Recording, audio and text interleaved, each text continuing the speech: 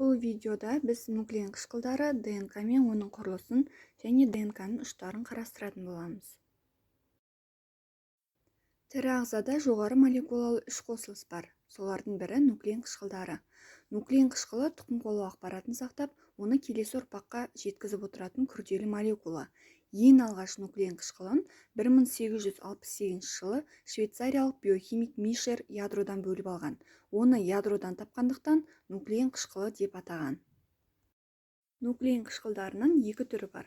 Бұл ДНК және де РНК болып табылады. ДНК-ның толық атауы дезоксирибонуклеин қышқылы. ДНК-ның молекуласы оралма болып оралған екі тізбектен тұрады. Бұл екі оралма фосфор тобы мен қанттың қалдығынан тұратын ұзын шиыршықты молекула болып табылады. Сондықтан да суретте көрсетілген екі спираль тәрізді тізбекті ДНК-ның қант фосфорлы негізі деп атайды. ДНК 4 нуклеотидтен тұрады. Ол нуклеотидтер суретте қызыл, жасыл, сары, көк түспен көрсетілген. Нуклеотид тізбектері, яғни олардың азоттық негіздері арқылы сутектік байланыспен өзара байланысады, ДНК-ның оралмасын түседі. ДНК-да генетикалық код сақталады. Генетикалық код бізге тұқым қуалау ақпаратын сақтау және де тасымалдау үшін қажет, яғни бұл оның қызметі болып табылады. ДНК көп тізбекті нуклеотидтерден тұрады. Ал әр нуклеотид үш компоненттен тұрады. Олардың біріншісі азотты негіз. Екіншісі 5 көміртекті қант.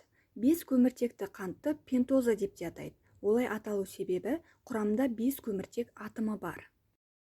Ал үшіншісі фосфат тобы немесе фосфор қышқылының қалдығы. Енді азотты негіздерге тоқталайық. Азотты негіздердің саны төртеу. Олар аденин, гуанин, цитозин, тимин. Азотты негіздерді қысқаша А, Г, С, Т деген әріптермен белгілейді.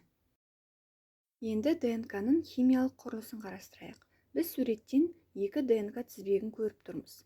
Әр тізбегі көптеген нуклеотидтерден тұрады. Әр нуклеотид үш компоненттен тұрады. Олар азотты негіз, дезоксирибоза, яғни 5 көміртекті қант және де фосфор қышқылының қалдығы. Суретте көрсетілген азоттық негіздер бұл аденин, тимин, цитозин және де гуанин. Байқап қарасаңыздар, аденин тиминмен 2 сутектік байланыспен байланысқан, ал гуанин цитозинмен 3 сутектік байланыс арқылы байланысқан.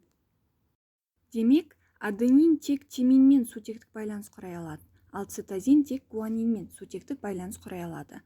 Бұл комплементарлылық деп аталады. Яғни аденин тиминге комплементарлы, ал цитозин гуанинге комплементарлы.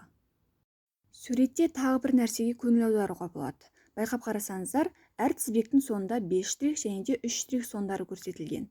Бұл жерде тағы байқалатын нәрсе 5 штрихқа 3 штрих, ал 3 штрихқа 5 штрих қарама-қарсы орналасқан. Бұндай қарама-қарсылықты антипараллельділік деп атайды. Енді осыған толығырақ тоқталайық. ДНК тізбегіндегі қант, яғни дезоксирибоза, өзара фосфат тобы арқылы жалғанады. Одан бөлек дезоксирибозаның біреуі 3 көміртек атомымен, ал келесі тұрғаны 5 көміртек атомымен байланысқан. Міне осы байланыстар бізде 3 штрих және де 5 штрих соны болып табылады. Тағы бір байқайтын нәрсе, сол жақ ДНК тізбегінде әрбір дезоксирибозаның астында 3 көміртегі атомы, ал үстінде 5 көміртегі атомы орналасқан. Енді осыған сәйкесінше астында 3 штрих соны, үстінде 5 штрих соны жазылады. Оң жақ тізбекте керісінше, онда дезоксирибозаның үстінде 3 көміртегі атомы, ал астында 5 көміртегі атомы орналасқан. Сондықтан да бұл тізбекте 3 штрих соны үстіне жазылады, ал 5 штрих соны астына жазылады.